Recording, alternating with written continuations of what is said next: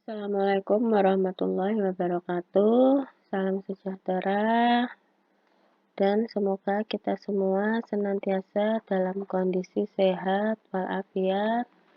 Pada kesempatan kali ini, perkenalkan kita dari kelompok 6 akan sedikit mempresentasikan hasil aplikasi yang sudah kita tambahkan beberapa menu dari sebelumnya. Baik, yang pertama kita akan masuk dulu ke aplikasinya. Di sini menampilkan tampilan dari login atau menu registrasi. Di sini kita akan lihat di database-nya. Di tabel pengguna ini ada username dan password serta hak akses. Jadi untuk melakukan atau menjalankan aplikasi ini, yang pertama kita harus membuat database-nya terlebih dahulu. Jadi pada aplikasi awal kita sudah download di sini ITBSC. Kita sudah download, kemudian kita disuruh mengembangkannya.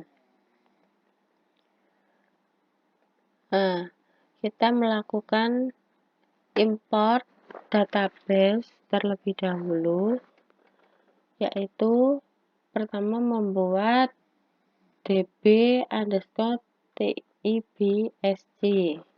Kita melihatnya di sini ya, yang sudah kita download. Jadi namanya adalah db_tibsc. Kita buat dulu database-nya dengan melakukan buat create atau tambah baru database. Setelah kita tambah baru, sudah ada database db_tibsc-nya, baru setelah itu kita lakukan import database. Di sini kita bisa pilih file, kemudian kita masukkan SQL filenya db_tibsc ini. Setelah kita masukkan, nanti akan meng-create beberapa tabel.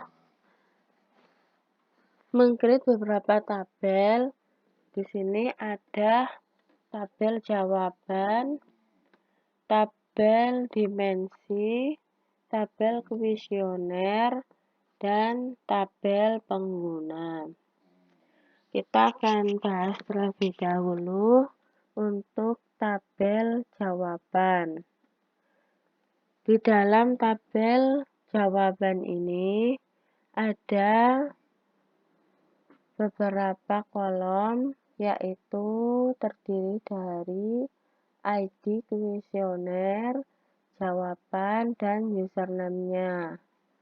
Di sini kita membuat beberapa data, menginputkannya untuk kuesioner dan jawaban. Setelah itu selanjutnya kita lihat di tabel dimensi.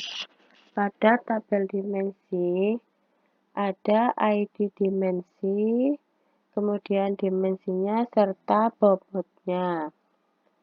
Selanjutnya adalah tabel kuesioner.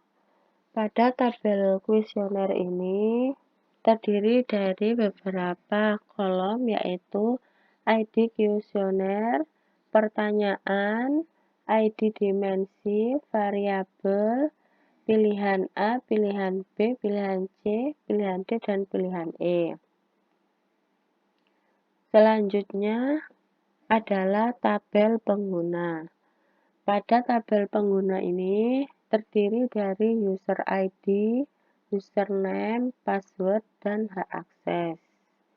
Di sini kita sudah melakukan migrasi database, baru selanjutnya kita akan melihat dari file-file yang ada di ITBSC yang sudah kita download tadi. Di sini ada file CSS dalam bentuk folder, kemudian database, font, image, kemudian JavaScript. Dan juga ini adalah file PHP-nya. Di sini masih menggunakan MySQL yang di bawah versi 4. Sedangkan MySQL yang saya gunakan adalah MySQL terbaru, sehingga untuk melakukan atau menjalankan aplikasi ini, kita memerlukan query SQL yang sesuai dengan versi MySQL yang kita pakai. Kita akan membuka di sini di indeks. Indeks ini adalah tampilannya. Tampilan di aplikasi, dan di sini ada template. Ini juga tampilan atau view yang tampil pada aplikasi di awal kita membuka aplikasi ini. Nah, pada tantangan soal kita diminta untuk mengembangkan aplikasi ini. Jika kita melihat, kita login pada aplikasi ini. Tadinya sebelum kita kembangkan, di sini ada menu dimensi yang terdiri dari submenu lihat data, kemudian tambah data, dan ada menu pertanyaan. Di sini ada submenu lihat data dan tambah data. Sedangkan pada pengguna itu belum ada menunya.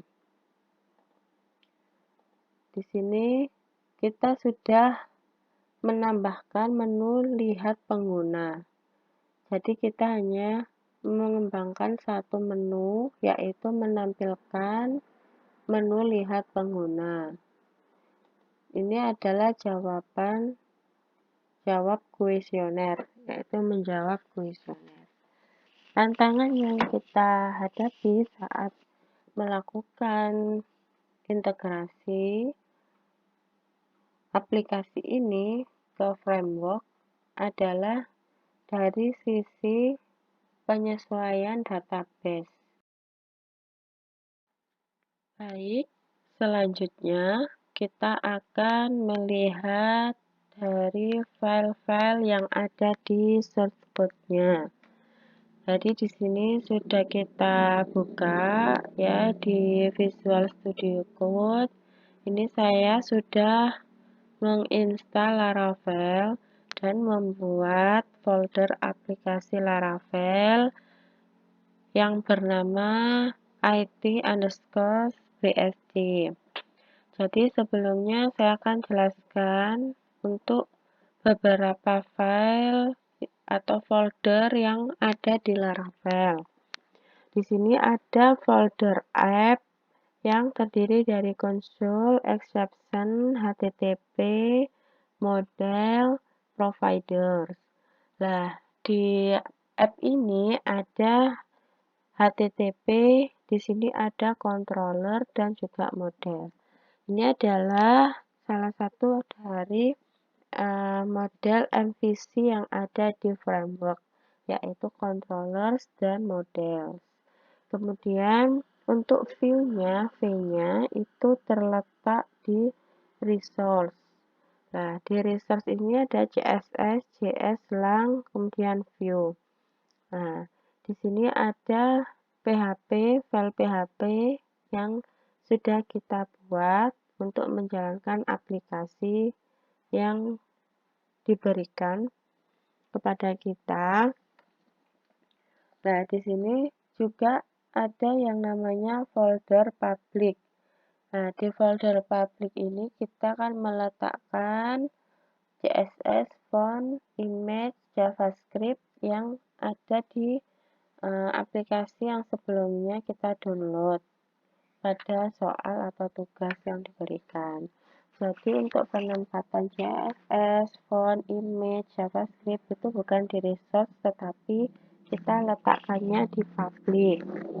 Ya, kemudian kita sudah melakukan integrasi ini.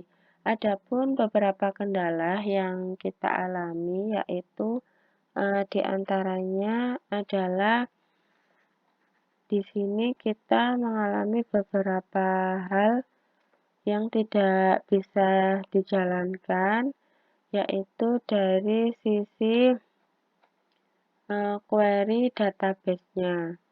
Nah, query database-nya pada soal sebelumnya, ini saya buka, misalnya di config-nya. Nah, pada config ini dia masih menggunakan MySQL Select DB dan ini berwarna merah.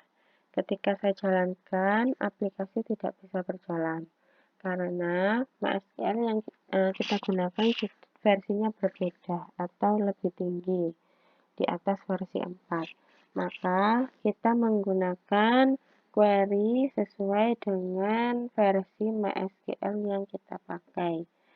Ini adalah query yang sudah kita perbaiki ya. Jadi seperti ini saya tunjukkan. Di sini.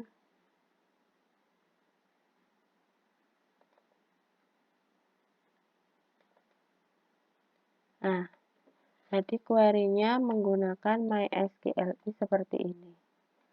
Tidak menggunakan MySQL lagi. Dan konfigurasi ini kita lakukan pada semua file PHP yang ada. Semuanya kita konfigurasi menggunakan MySQLi. Ini saya buka di indeks juga. Jadi pada awalnya indeks ini masih menggunakan MySQL. Sekarang kita sudah pakai MySQLi. Di indeks ini. Kemudian di template juga sama. Kita sudah menggunakan MySQLi query. Jadi tadinya sebelum kita convert ke MySQLi, code-nya seperti ini.